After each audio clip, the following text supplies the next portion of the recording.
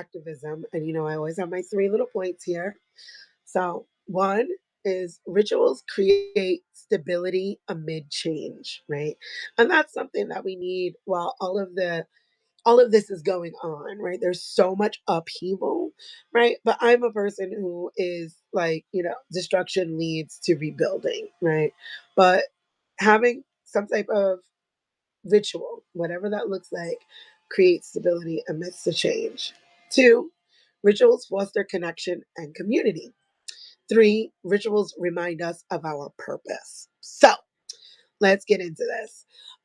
If you follow me for a while, or you know now or not, I'm going to tell you I was raised Irish Catholic, right? Roman Catholic, to be specific. Tells us soup tea is a ritual for rest and healing. Exactly, right? One thing I will say is that even to this day, I love the idea of mass, right? It's beautiful, the smells, the sounds, the predictability of it, right? And I think that that is very much why church has felt like such a community for many people, is because while everything else is wild and out of order, this is going to stay the same. The call and response, the hymnals. There goes a sick shady baby. All of those things. So it kind of feels like this level of comfort that comes to you. Uh, Please go back and lay down and finish your crackers. And let me do this. Okay, well, go back and lay down with your movie. Bye.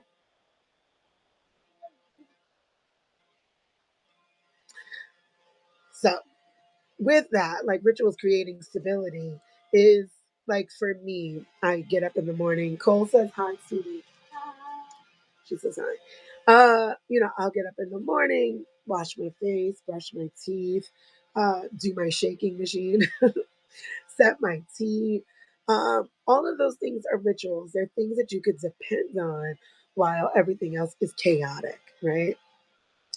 So it is super important that while you're doing this work, right, and everything becomes new, all your learning, all your unlearning, um, all the chaos that's happening, that you create something that's for you.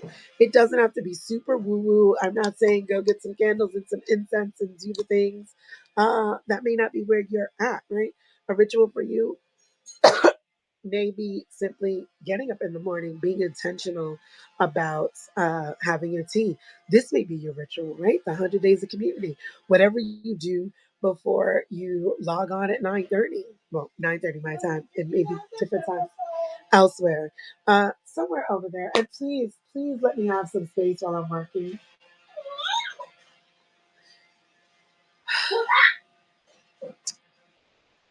That could be a ritual, right? So here's what I said. In ever evolving work of activism, rituals offer grounding and consistency, helping individuals and groups stay focused and connected. As an example, a mutual aid group starts each meeting with a land acknowledgement and a moment of silence for those impacted by the issues they're addressing, right? This can change the entire tone of your day, of your meeting, of your life, really. About how you go into something, right? Uh, Wiping your feet at someone's door is a ritual. Taking your shoes off at at the door is a ritual. Hanging your coat up, your hat. How you do things on a regular basis can be a ritual. It's about creating that sacredness, that divinity within, and saying, this is what I'm doing with intention, not just mindlessly. Some of us do things because we've gotten so used to it that it's become a habit. And that's not the same as ritual. Ritual is intentional. It is the intentional thing that we do to hold space for something.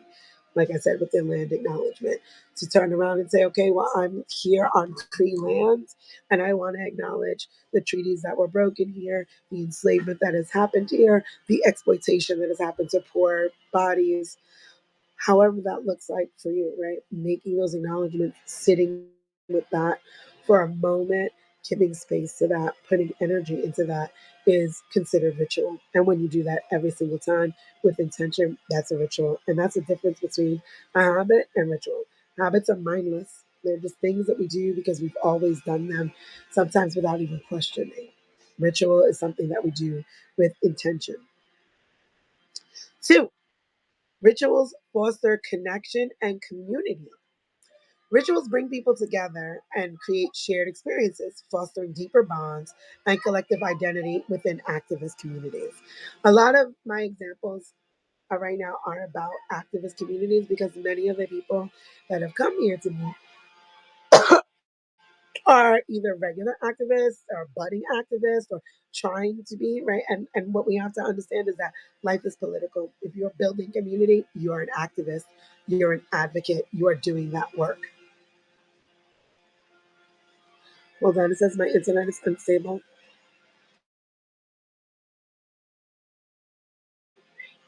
Okay, there we go. So I put as an example, a group holds monthly potlucks to share foods, stories, and reflections, creating space for connection beyond work meeting, right? This is one way that you could turn your people that you're doing work with into a different kind of community, right? Because just because you show up to do things like if you have a running group and you're like, you know what, I'd like to get to know these people deeper, better, right? Outside of this one thing that we do together, this is one way that you could create community. Hey, during one of our meets, do you think that we could slate off some extra time, have a potluck, get together, talk about things, see if we like each other outside of this hobby that we have together? That could be an option. One of those meetings with your, your social justice advocates, you could turn around and say, okay, one of these meetings a month is going to be 30 minutes agenda and getting ready for the next month. And the next 30, 45 minutes is going to be communing with food. Food is such a beautiful connection. When people are starting their decolonization journey and they come to me for assistance, I tell them to start with food and music. Such a beautiful way to get in touch with your culture. Such a beautiful, and your body will remember. It will remember the foods, right? Like your indigenous foods, because we're all indigenous to somewhere. Your body will respond to it, to the scents, to the smells. Cole says we release oxytocin when we eat too. All of that, right? Like eat with your hands, get back in touch with your body, nourishing. Listen to music of your people in their language. It is beautiful, right? Because there is a knowing, there's an inner gnosis. I want us to remember that. There is a remembrance. That is the reconnection journey. Do not listen to it to try to translate it. Listen to it to just experience it, right? So you guys could do something like that within your group, right? Like I said, 60K and below is on here, and they have the eager community, and it's European Americans gathering. I can't remember all of it, but it's literally about like white Americans really trying to do a reconnection journey and gaining that support from other white Americans. A great place to be, right? They could even if sorry, they could even implement something like that, right? Once a month, we're going to do something from one culture. We're going to try Lithuanian food. We're going to try Albanian food. We're going to do Irish food, German food, music, and these things will reconnect you to your people, right? Those are rituals because again, it's being done with intention. If you don't have a community yet and you want to start that, I tell people to start it in their home once a week. Sit down to dinner with your people, with your family, make a meal of your people with music playing in the background. You want to get super woo with it and in touch with your ancestors. I don't know how politically correct this is, but there's something called a dumb dinner, right, where it's mute. But you set a plate aside for your ancestors, right? And you do that, and you light a candle, and the food is there, and you invite them to your table. That depends on how far down your journey you want to go, but definitely within your